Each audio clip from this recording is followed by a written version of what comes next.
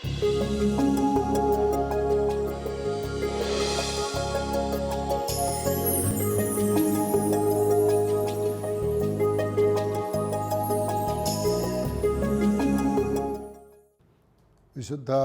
ലൂക്കോസ് എഴുതിയ സുവിശേഷം 12-ാം അധ്യായം 35 മുതൽ 48 വരെയുള്ള തിരുവചനങ്ങൾ. നിങ്ങൾ അരമുറുക്കിയും വിളക്ക് കത്തിച്ചും ഇരിക്കുവീൻ. നിങ്ങളുടെ യജമാനൻ കല്യാണ വിരുന്ന് കഴിഞ്ഞ് മടങ്ങി വന്ന് മുട്ടുന്ന ഉടനെ തുറന്നു കൊടുക്കുവാൻ അവൻ്റെ വരവും കാത്തിരിക്കുന്നവരെ പോലെ ആയിരിക്കുവീൻ. യജമാനൻ വരുമ്പോൾ ഉണർന്നിരിക്കുന്നവരായി കാണുന്ന ഭൃത്യന്മാർ ഭാഗ്യവാന്മാർ. സത്യമായി ഞാൻ നിങ്ങളോട് പറയുന്നു, അവൻ അരമുറുക്കി അവരെ ഭക്ഷണത്തിനിരുത്തുകയും അടുത്തു ചെന്ന് അവരെ പരിചരിക്കുകയും ചെയ്യും. അവൻ രാത്രിയുടെ 2-ാം യാമത്തിലോ 3-ാം യാമത്തിലോ വന്നാലും അവരെ ഒരുക്കമുള്ളവരായി കണ്ടാൽ ആ ഭൃത്യന്മാർ ഭാഗ്യവാന്മാർ. ഇത് അറിഞ്ഞുകൊള്ളുവീൻ, കള്ളൻ ഏത് മണിക്കൂറിൽ വരുമെന്ന് ഗൃഹനായകൻ അറിഞ്ഞിരുന്നുവെങ്കിൽ തൻ്റെ വീട് കുത്തിത്തുറക്കുവാൻ അനുവദിക്കുമായിരുന്നില്ല. നിങ്ങളും ഒരുങ്ങിയിരിക്കുവിൻ, എന്തെന്നാൽ പ്രതീക്ഷിക്കാത്ത മണിക്കൂറിലാണ് മനുഷ്യപുത്രൻ വരുന്നത്. പത്രോസ് ചോദിച്ചു, കർത്താവേ, നീ ഈ ഉപമ പറയുന്നത് ഞങ്ങൾക്ക് വേണ്ടിയോ എല്ലാവർക്കും വേണ്ടിയോ? അപ്പോൾ കർത്താവ് പറഞ്ഞു, വീട്ടുജോലിക്കാർക്ക് യഥാസമയം ഭക്ഷണം കൊടുക്കേണ്ടതിന് യജമാനൻ അവരുടെ മേൽ നിയമിക്കുന്ന വിശ്വസ്തനും വിവേകിയുമായ കാര്യസ്ഥൻ ആരാണ്? യജമാനൻ വരുമ്പോൾ ജോലിയിൽ വ്യാപൃതനായി കാണപ്പെടുന്ന ഭൃത്യൻ ഭാഗ്യവാൻ. സത്യമായി ഞാൻ നിങ്ങളോട് പറയുന്നു, അവൻ തൻ്റെ സകല സ്വത്തുക്കളുടെയും മേൽ അവനെ നിയമിക്കും. എന്നാൽ ആ ഭൃത്യൻ തൻ്റെ യജമാനൻ വരാൻ വൈകും എന്ന് ഉള്ളിൽ കരുതി യജമാനയുടെ ദാസന്മാരെയും ദാസിമാരെയും അടിക്കുവാനും തിന്നുകുടിച്ച് ഉന്മത്തനാകുവാനും തുടങ്ങിയാൽ പ്രതീക്ഷിക്കാത്ത ദിവസത്തിലും അറിയാത്ത മണിക്കൂറിലും യജമാനൻ വരികയും അവനെ ശിക്ഷിച്ച് അവൻ്റെ പങ്ക് അവിശ്വാസികളോടുകൂടെ ആക്കുകയും ചെയ്യും. യജമാനയുടെ ഹിതം അറിഞ്ഞിട്ടും അതനുസരിച്ച് പ്രവർത്തിക്കുകയോ അതിന് ഒരുങ്ങുകയോ ചെയ്യാത്ത ഭൃത്യൻ കഠിനമായി പ്രഹരിക്കപ്പെടും. എന്നാൽ അറിയാതെയാണ് ഒരുവൻ ശിക്ഷാർഹമായ തെറ്റ് ചെയ്തതെങ്കിൽ അവൻ ലഘുവായി പ്രഹരിക്കപ്പെടുകയുള്ളൂ. അധികം ലഭിച്ചവനിൽ നിന്ന് അധികം ആവശ്യപ്പെടും, അധികം ഏൽപ്പിക്കപ്പെട്ടവനോട് അധികം ചോദിക്കും. മിശിഹായിൽ പ്രിയ സഹോദരി സഹോദരന്മാരെ, യുഗാന്ത്യ പ്രഭാഷണത്തിൻ്റെ ശൈലിയിൽ രചിച്ച സുവിശേഷ ഭാഗമാണ് ഇപ്പോൾ നാം വായിച്ചു കേട്ട ലൂക്കോസിൻ്റെ സുവിശേഷം 12-ാം അധ്യായം 35 മുതൽ 48 വരെയുള്ള തിരുവചനങ്ങൾ. മനുഷ്യപുത്രൻ്റെ ആഗമനം ഏത് സമയത്തും സംഭവിക്കും. നിങ്ങൾക്ക് രാജ്യം നൽകുവാൻ പിതാവ് പ്രസാദിച്ചിരിക്കുന്നു. എപ്പോൾ വന്നാലും സ്വീകരിക്കുവാനും സ്വീകൃതരാകുവാനും ശിഷ്യർ തയ്യാറായിരിക്കണം. ഈ ആശയങ്ങൾ ആവിഷ്കരിക്കുവാൻ യേശു പറഞ്ഞിരുന്ന വിവിധ ഉപമകൾ അരകെട്ടിയും വിളക്ക് കത്തിച്ചും എന്ന ഉപമ ലൂക്കോസിൻ്റെ സുവിശേഷം 12-ാം അധ്യായം 35-ാം വാക്യത്തിൽ നാം കണ്ടു. യജമാനൻ്റെ വരവിന് ജാഗരൂകതയോടെ കാത്തിരിക്കുന്ന ദാസൻ്റെ ഉപമ 12-ാം അധ്യായം 39-ാം വാക്യത്തിൽ നാം കണ്ടു.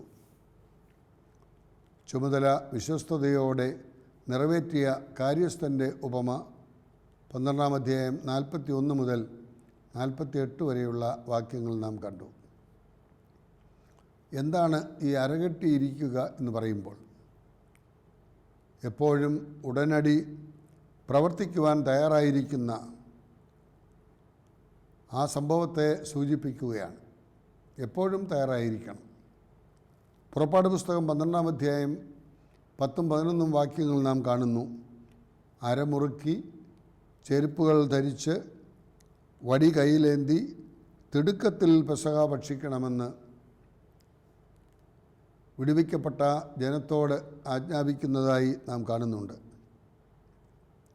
അരകെട്ടി ചെരുപ്പണിഞ്ഞ് വടി കയ്യിലേന്തി തിടുക്കത്തിൽ പെസഹ ഭക്ഷിക്കണം. കാരണം പെസഹ ഭക്ഷിക്കാനുള്ള സമയം അവർക്കില്ല. അവരെ സംബന്ധിച്ചിടത്തോളം തയ്യാറായിരിക്കേണ്ടതിൻ്റെ ആവശ്യകത, എപ്പോഴാണ് യജമാനൻ വരുന്നതെന്ന് അറിയായികയാൽ ഉണർന്നിരിക്കേണ്ടതിൻ്റെ ആവശ്യകത അവിടെ എടുത്തു പറയുകയാണ്. 1 രാജാക്കന്മാരുടെ പുസ്തകം 18-ാം അധ്യായം 46-ാം വാക്യത്തിൽ കർത്താവിൻ്റെ കരം ഏലിയായോടുകൂടെ ഉണ്ടായിരുന്നു. അവൻ അരമുറുക്കി ഇസ്രായേൽ കവാടം വരെ ഓടി അവരുടെ ആഹാരത്തിന് മുമ്പ്. അങ്ങനെ ഒരു സംഭവം കാണുമ്പോൾ അരമുറുക്കി അവർ തയ്യാറായിരിക്കുന്നത് വാനമേഘങ്ങളിൽ എഴുന്നള്ളുന്ന രാജാതി രാജനെ, മനുഷ്യപുത്രനെ എപ്പോഴും സ്വീകരിക്കുവാൻ തയ്യാറായിരിക്കണം എന്നുള്ള ലക്ഷ്യത്തോടു കൂടിയാണ്. അപ്പോൾ നമുക്കറിയാം, അരമുറുക്കുമ്പോൾ മറ്റ് അസ്വസ്ഥതകളൊന്നും വരാതിരിക്കുവാൻ സേഫ്റ്റി ആൻഡ് സെക്യൂരിറ്റി എന്നുള്ള നിലയിൽ തങ്ങളുടെ വസ്ത്രങ്ങൾ അവർക്കൊരു തടസ്സമാകാതിരിക്കുവാൻ, അത് നമ്മളൊക്കെ ബെൽറ്റ് ഉപയോഗിക്കുന്നത് പോലെ അവർ അരമുറുക്കി ഒരു മുണ്ടുകൊണ്ട്, ഒരു തോർത്തുകൊണ്ട് അവരുടെ അരമുറുക്കി നിൽക്കുക എന്ന് പറയുമ്പോൾ ജോലി ചെയ്യുന്നതിന് തടസ്സമില്ലാതെ റെഡിയായി നിൽക്കുക എന്നുള്ളതാണ്. വിളക്ക് കൊളുത്തിയിരിക്കുക. കത്തിച്ച വിളക്കുമായി രാത്രിയിൽ യജമാനെ കാത്തിരുന്നതിൻ്റെ പ്രതീകമാണ് അവിടെ കാണാൻ കഴിയുന്നത്. യഹൂദ വിവാഹ സൽക്കാരം ഒരാഴ്ചയോളം നീണ്ടു നിൽക്കുന്ന ഒന്നാണ്. ആ സൽക്കാരം കഴിഞ്ഞ് യജമാനൻ വരുമ്പോൾ യജമാനനെ സ്വീകരിക്കുവാൻ കത്തുന്ന വിളക്കുകളുമായി കന്യകമാർ കാത്തിരുന്നു. രാവിൻ്റെ ഇരുണ്ട യാമങ്ങളിലാണെങ്കിലും അക്ഷമരായി കാത്തിരിക്കുന്ന ആളുകളെയാണ് നമുക്ക് കണ്ടെത്താൻ കഴിയുന്നത്. യജമാനൻ എപ്പോൾ വന്നാലും ഉടനെ കതക് തുറന്നു കൊടുക്കുവാൻ കാത്തിരിക്കുന്ന ദാസനെ പോലെ ആയിരിക്കണം ശിഷ്യർ. അപ്രകാരം തയ്യാറായി ഉണർന്ന് കാത്തിരിക്കുന്ന ദാസന് യജമാനൻ പ്രതിഫലം നൽകും. എന്താണ് അവിടെ പ്രതിഫലം? യജമാനൻ തന്നെ അവനെ ശുശ്രൂഷിക്കുന്ന, അവന് ആഹാരം പകർന്നു കൊടുക്കുന്ന ഒരു അനുഭവത്തിലേക്ക് അവർക്ക് വരാൻ സാധിക്കും എന്നുള്ളതാണ്. ദാസനെ പരിചരിക്കുക എന്നത് ഭൗമികമായ ഈ ലോകത്തിലുള്ള യജമാനൻ ചെയ്യുന്നത് ഒരു പ്രവൃത്തിയല്ല. പ്രത്യുത സ്വർഗീയ യജമാനൻ തന്നെ ദാസനെ പരിചരിക്കുന്നു. സാധാരണ യജമാനനെ പരിചരിക്കുകയാണ് ദാസന്മാർ ചെയ്യുന്നത്. ഇവിടെ സ്വർഗീയ യജമാനൻ തന്നെ ദാസനെ പരിചരിക്കുന്നു. 12-ാമത്തെ അധ്യായത്തിൻ്റെ 37-ാം വാക്യം അതാണ് എടുത്തു പറയുന്നത്. സ്വർഗീയ യജമാനൻ അരമുറുക്കി തൻ്റെ ദാസനെ പരിചരിക്കുന്നു. വീണ്ടും യജമാനൻ 2-ാം യാമത്തിലോ 3-ാം യാമത്തിലോ വന്നാലും യഹൂദർ രാത്രിയെ 3 യാമങ്ങളായിട്ടാണ് തിരിച്ചിരുന്നത്. പുറപ്പാട് പുസ്തകം 14-ാം അധ്യായത്തിൻ്റെ 24-ാം വാക്യം ഇപ്രകാരം പറയുന്നു: രാത്രിയുടെ അന്ത്യയാമത്തിൽ കർത്താവ് അഗ്നിയുടെയും മേഘത്തിൻ്റെയും സ്തംഭത്തിൽ നിന്ന് ഈജിപ്തുകാരുടെ സൈന്യത്തെ നോക്കി അവരെ പരിഭ്രാന്തരാക്കി. മർക്കോസിൻ്റെ സുവിശേഷം 6-ാം അധ്യായം 48-ാമത്തെ വാക്യത്തിൽ രാത്രിയുടെ 4-ാം യാമത്തിൽ അവൻ കടലിന് മീതെ നടന്ന് അവരുടെ അടുത്തെത്തി. കർത്താവ് ഏത് യാമത്തിൽ വന്നാലും അവൻ്റെ ദാസരെല്ലാം ഒരുങ്ങിയിരിക്കണം, ജാഗരൂകരായിരിക്കണം. അതാണ് ദാസരിൽ നിന്ന് യജമാനൻ പ്രതീക്ഷിക്കുന്നത്. ജാഗരൂകരായിരിക്കുവാൻ ആഹ്വാനം ചെയ്യുന്ന ഈ കാലത്തിൽ ഇങ്ങനെയുള്ള കാര്യങ്ങളിൽ ഒരു പ്രവാചക ശബ്ദം നമുക്ക് തിരിച്ചറിയാൻ കഴിയുന്നു. എസെക്കിയേലിൻ്റെ പുസ്തകം 30-ാം അധ്യായം 3-ാം വാക്യം ഇപ്രകാരം പറയുന്നു: ദിവസം അടുത്തു, കർത്താവിൻ്റെ ദിനം സമാഗതമായി. അത് കാർമൂടിയ ദിവസമായിരിക്കും.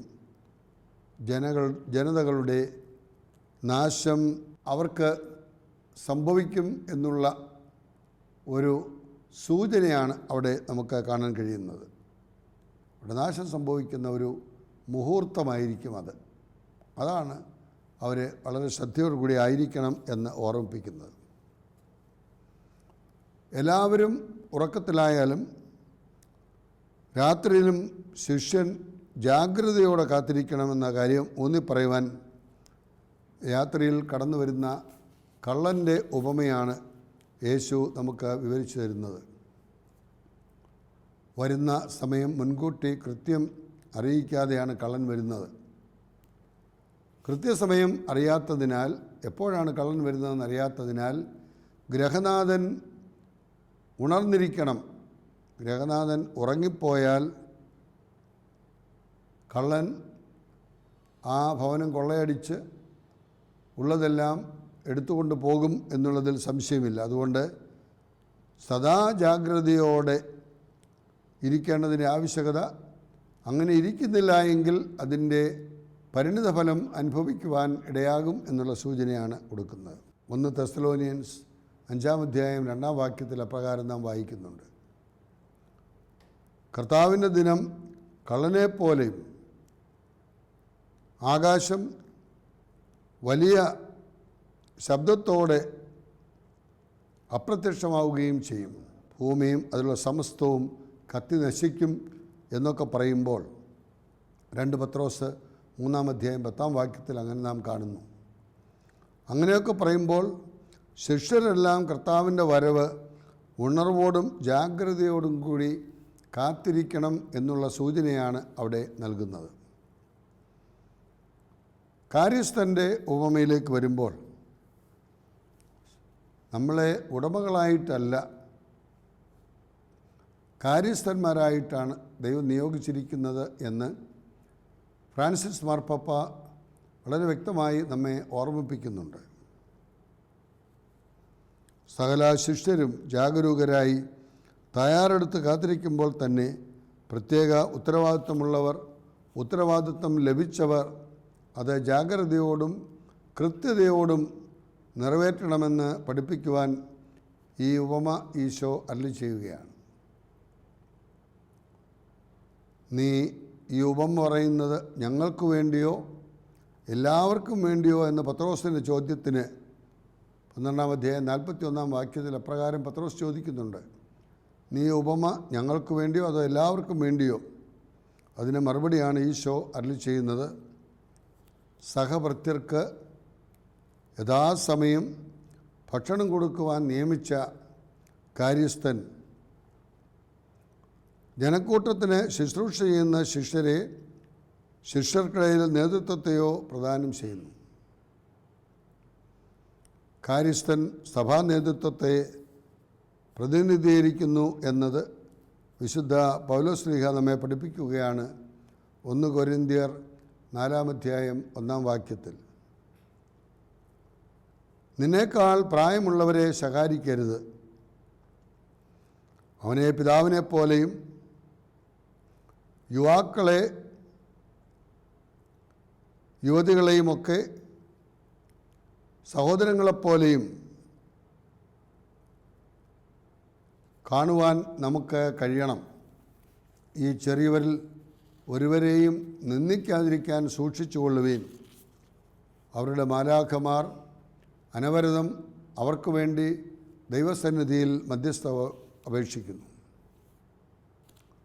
തൻ്റെ വിശ്വസ്തദാസന്മാർക്ക് ഭാഗഭാഗിത്വം നൽകി ആദരിക്കുന്നവനാണ് യജമാനൻ.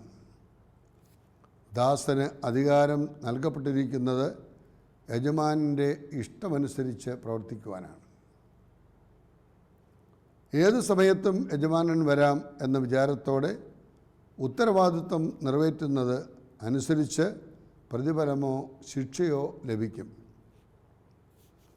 ഉത്തരവാദിത്വമില്ലാത്ത ദാസൻ്റെ പങ്ക് അവിശ്വസ്തരോടുകൂടിയായിരിക്കും. തൻ്റെ ദാസരുടെ കൂട്ടത്തിൽ നിന്ന് അവനെ യജമാനൻ പുറന്തള്ളും. ദൈവഹിതം അറിഞ്ഞിട്ടും അതിനെതിരെ പ്രവർത്തിച്ചവർക്ക് കഠിന ശിക്ഷ ലഭിക്കും. ഉത്തരവാദിത്ത നിർമ്മാണത്തിലെ അവിശ്വസ്തതയും അറിവില്ലായ്മയും തമ്മിൽ വ്യത്യാസമുണ്ട്. നമ്മൾ കാര്യം ചെയ്യുമ്പോൾ അവിശ്വസ്തമായിട്ട് അല്ലെങ്കിൽ അറിവില്ലാതെ നാം പ്രവർത്തിക്കുന്നു. അതിൻ്റേതായ ചില എക്സ്ക്യൂസുണ്ട് അല്ലെങ്കിൽ എക്സെപ്ഷനുണ്ട്. എന്നാൽ ഏൽപ്പിക്കപ്പെട്ട ഉത്തരവാദിത്വം കൃത്യസമയത്ത് നിർവഹിക്കുവാൻ ദാസന്മാർ ബാധ്യസ്ഥരാണ്. ആ സമയത്ത് അവരെ നിർവഹിക്കുന്നില്ല എങ്കിൽ മറ്റൊരാളെ അത് നിർവഹിക്കുവാൻ ചുമതലപ്പെടുത്തിയിട്ടില്ല. അപ്പോൾ ചുമതലപ്പെടുത്തിയ ആൾ നിർവഹിക്കുന്നില്ല എങ്കിൽ അത്രയും ജോലി അവിടെ അവശേഷിക്കുകയാണ്, പൂർത്തിയാകാതെ. കർത്താവ് എഴുന്നള്ളി വരുമ്പോൾ വിശ്വസ്തയോടെ കാണപ്പെടുന്ന ഭൃത്യന്മാരായി നാം മാറണം എന്നുള്ളതാണ് ഈ ഉപമയിലൂടെ യേശു തമ്പുരാൻ ലൂക്കോസിന്റെ സുവിശേഷം 12-ാം അധ്യായം 35 മുതൽ 48 വരെയുള്ള വചനങ്ങളിലൂടെ നമ്മെ ഓർമ്മിപ്പിക്കുന്നത്. അരമുറുക്കി വിളക്ക് കത്തിച്ച് മണവാളിനെ എതിരേൽക്കുവാൻ ജാഗ്രതയോടെ ഇരിക്കണം. രാത്രിയുടെ ഏത് യാമത്തിൽ വന്നാലും, 2-ാം യാമത്തിലോ 3-ാം യാമത്തിലോ 4-ാം യാമത്തിലോ വന്നാലും നമ്മുടെ കണക്ക് ബോധിപ്പിക്കുവാൻ ഉള്ളും അറിയുന്ന തമ്പുരാൻ്റെ മുമ്പിൽ നിൽക്കുവാൻ നമ്മൾ ബാധ്യസ്ഥരാണെന്ന് നമ്മെ ഓർമ്മിപ്പിക്കുകയാണ് ഈ ഭാഗം. അതെപ്പോഴാണ് യജമാനൻ വരുന്നതെന്ന് അറിയില്ല. യജമാനൻ വരും എന്നുള്ളതിൽ യാതൊരു സംശയവുമില്ല. എന്നാൽ എപ്പോൾ യജമാനൻ വരുമെന്ന് അറിയാത്തതിനാൽ ഉണർന്നിരിക്കുവാൻ നമ്മോട് ആവശ്യപ്പെടുകയാണ്. അലസരായിരിക്കുവാനല്ല, വളരെ ജാഗ്രതയോടുകൂടി ഇരിക്കുവാൻ ഉള്ളവരാണ് നാമെന്ന് നമ്മെ ഓർമ്മിപ്പിക്കുകയാണ്.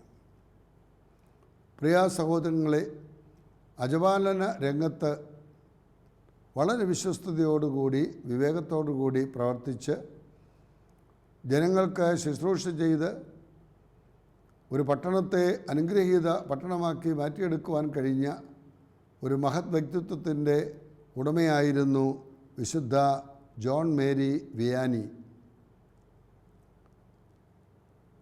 1786 ഫ്രാൻസിലെ ലിയോൺസിന് സമീപം ഡാർഡില്ലി എന്ന ഗ്രാമത്തിൽ മാത്യു, മറിയം എന്നീ ദമ്പതികളുടെ മകനായിട്ടാണ് അദ്ദേഹം ജനിക്കുന്നത്. ഭക്തരായ കർഷക ദമ്പതികളായിരുന്നു മാതാപിതാക്കൾ. അധ്വാനവും ദൈവാസ്ത്ര ബോധവും പകർന്നു നൽകുവാൻ അവർക്ക് കഴിഞ്ഞു. സ്കൂൾ വിദ്യാഭ്യാസം ആബെ ബെയ്ലി സ്കൂളിലും 27-ാമത്തെ വയസ്സിൽ 1813 സെമിനാരിയിൽ പ്രവേശിച്ച അദ്ദേഹം പഠനത്തിൽ വളരെ പിന്നോക്കമായിരുന്നു, പ്രത്യേകിച്ച് ലത്തീൻ ഭാഷ പഠിക്കുന്ന കാര്യത്തിൽ. പഠനകാര്യത്തിൽ തനിക്ക് തൃപ്തിയില്ല. എന്നാൽ ദൈവവിളിയോടുള്ള ആഭിമുഖ്യം, സ്വഭാവ രീതി, ഭക്തജീവിതം എന്നീ കാര്യങ്ങൾ തനിക്ക് മതിപ്പുണ്ടെന്നും റക്ടച്ചൻ സഭാധികാരികളോട് അറിയിക്കുകയുണ്ടായി. രൂപതാധ്യക്ഷൻ റക്ടച്ചനോട് ചോദിച്ചു, വിയാനി ഭക്തിപൂർവ്വം കൊന്ത ചെല്ലുമോ? റക്ടച്ചൻ പറഞ്ഞു, വിയാനിക്ക് ഞാൻ വളരെയധികം നന്മകൾ അദ്ദേഹത്തിൽ കാണുന്നുണ്ട്. പ്രാർത്ഥനയുടെ ഒരു മനുഷ്യനാണ്. ഭക്തിയോടുകൂടി അദ്ദേഹം ജപമാല ചൊല്ലും. അപ്പോൾ അദ്ദേഹത്തിൻ്റെ രൂപതാധ്യക്ഷൻ പറയുകയാണ് റക്ടച്ചനോട്, എങ്കിൽ വിയാനിക്ക് നന്നായിട്ട് ജപമാല ചൊല്ലുമെങ്കിൽ ഞാൻ വിയാനിക്ക് പട്ടം കൊടുക്കാം. അപ്പോൾ അദ്ദേഹത്തിൻ്റെ കാഴ്ചപ്പാടെന്ന് പറയുന്നത് രക്ഷാകരമായ സംഭവങ്ങൾ സന്തോഷത്തിൻ്റെയും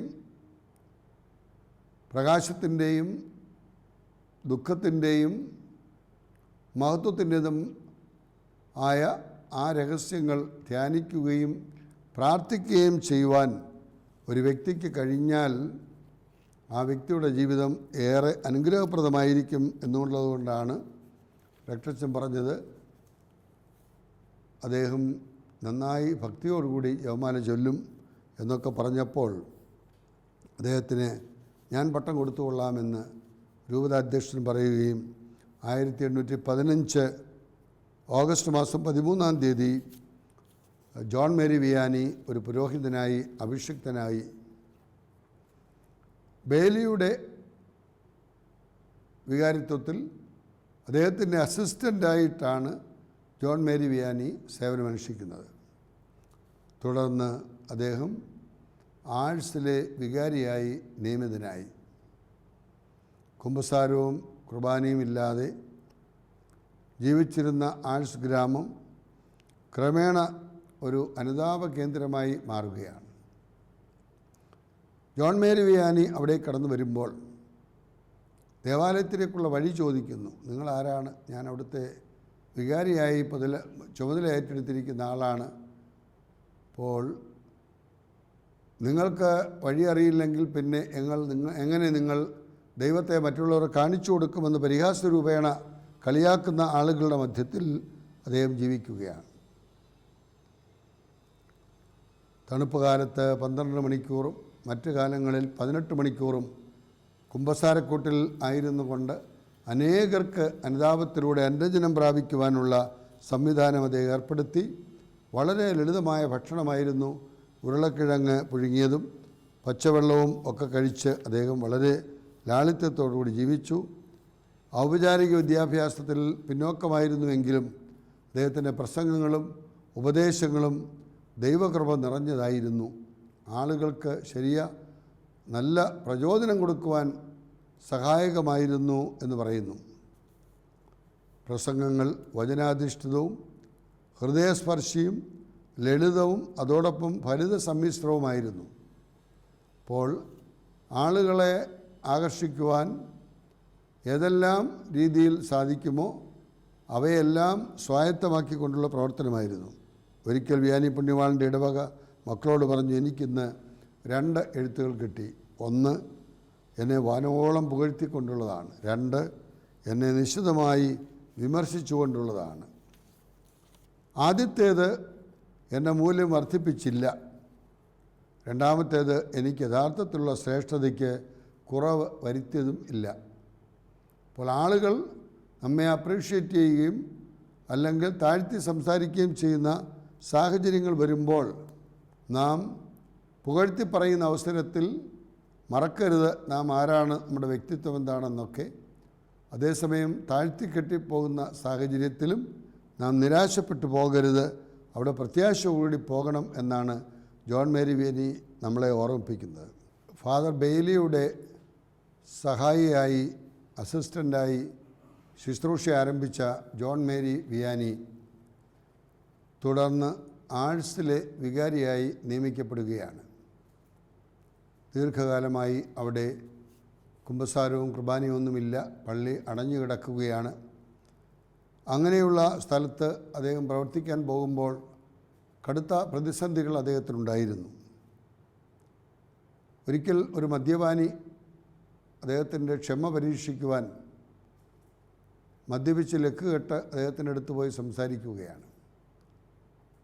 അദ്ദേഹം വളരെ വിനയത്തോടുകൂടി ആ മദ്യപാനിയോട് പറയുകയാണ്, സഹോദര, ദൈവം നിന്നോട് ക്ഷമിച്ചിരിക്കുന്നു, എനിക്ക് നിന്നോട് യാതൊരു വെറുപ്പുമില്ല, നീ മാനസാന്തരപ്പെട്ട് നല്ലവനായി വരുവാൻ വേണ്ടി ഞാൻ പ്രാർത്ഥിക്കുന്നു എന്നൊക്കെ പറയുമ്പോൾ അച്ഛനിൽ കുറ്റം കണ്ടുപിടിക്കുവാൻ ഒരു മദ്യപാനിയെ പറഞ്ഞുവിട്ട ആളുകൾക്ക് നിരാശയായി എന്നുള്ളതാണ് അതിൻ്റെ സത്യം. തണുപ്പ് കാലത്ത് 12 മണിക്കൂറും മറ്റവസരങ്ങൾ 18 മണിക്കൂറുമൊക്കെ അദ്ദേഹം കുമ്പസാരക്കൂട്ടിൽ സമയം ചെലവഴിച്ചിരുന്നു. അദ്ദേഹത്തിൻ്റെ പ്രസംഗങ്ങൾ വചനാധിഷ്ഠിതമായിരുന്നു, ഹൃദയസ്പർശിയായിരുന്നു, ലളിതമായിരുന്നു, അതോടൊപ്പം ഫലിത സമ്മിശ്രവുമായിരുന്നു. അജപാലന ശുശ്രൂഷയിൽ ഏർപ്പെട്ടിരിക്കുന്ന പലരും വൈദികരും പിതാക്കന്മാരും ഉൾപ്പെടെ ധാരാളം ആളുകൾ ആഴ്സിലേക്ക് യൂറോപ്പിൻ്റെ വിവിധ ഭാഗങ്ങളിൽ നിന്ന് കുമ്പസാരത്തിനായി അടുത്തു വരുമായിരുന്നു. അവിടെയെല്ലാം അദ്ദേഹം തൻ്റെ കടമകൾ നിർവഹിച്ചുകൊണ്ട് സ്തുത്യർഹമായ രീതിയിൽ ജീവിക്കുന്നതായിട്ടാണ് നാം കാണുന്നത്. ആഹാര നിയന്ത്രണവും കർശനമായ തപശ്ചര്യമുള്ളതിനാൽ കാര്യമായ രോഗം അദ്ദേഹത്തെ ബാധിച്ചില്ല എന്നുള്ളതായിരുന്നു സത്യം. എങ്കിലും ദൈവമക്കൾക്കായുള്ള നിതാന്ത അധ്വാനം വിയാനി പുണ്യവാനെ അവശനാക്കി എന്നുള്ളതാണ് സത്യം. ഒരാഴ്ചത്തെ ആലസ്യത്തിന് ശേഷം 1859 ഓഗസ്റ്റ് മാസം 4-ാം തീയതി 73-ാമത്തെ വയസ്സിൽ അദ്ദേഹം ഈ ലോകത്തെ വിട്ട് കടന്നുപോയി. വിയാനി പുണ്യവാളൻ്റെ അസാമാന്യമായ വ്യക്തിവൈഭവം പരിഗണിച്ച് ഫ്രഞ്ച് സർക്കാർ വിയാനി പുണ്യവാന് മാടമ്പി സ്ഥാനം നൽകി ആദരിക്കുകയുണ്ടായി, knight of the legion of owner.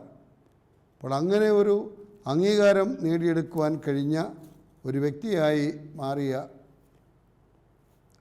John Mary Vianney എന്ന വിശുദ്ധൻ തൻ്റെ ജീവിതകാലത്ത് തമ്പുരാനെ ശുശ്രൂഷിക്കുവാൻ അരയും തലയും മുറുക്കി ഇറങ്ങിയ ഒരു വ്യക്തിയായിരുന്നു. അത് സമയത്തും അസമയത്തും ഉത്സാഹിയായിരുന്നു കൊണ്ട് പ്രവർത്തിച്ച ഒരു വ്യക്തിയായിരുന്നു. അതിൻ്റെ പ്രതിഫലം യജമാനൻ അദ്ദേഹത്തിന് നൽകും. അങ്ങനെയാണ് അദ്ദേഹം ഒരു വിശുദ്ധനായി മാറിയത് എന്നുകൂടി നാം കാണുമ്പോൾ ഇന്നത്തെ സമൂഹത്തിൽ നമ്മുടെ കടമകൾ നിറവേറ്റിക്കൊണ്ട് ജീവിക്കുന്നത് മറ്റുള്ളവർക്ക് കാരുണ്യം പകർന്നു കൊടുക്കുവാൻ സഹായകമാകും എന്നുള്ളതും നമ്മുടെ ജീവിതം അർത്ഥവത്തായ ഐശ്വര്യപൂർണമായ ഒരു ജീവിതമാക്കി മാറ്റുവാൻ ജോൺ മേരി വിയാനിയുടെ മധ്യസ്ഥത നമുക്ക് കോട്ടയായിരിക്കട്ടെ.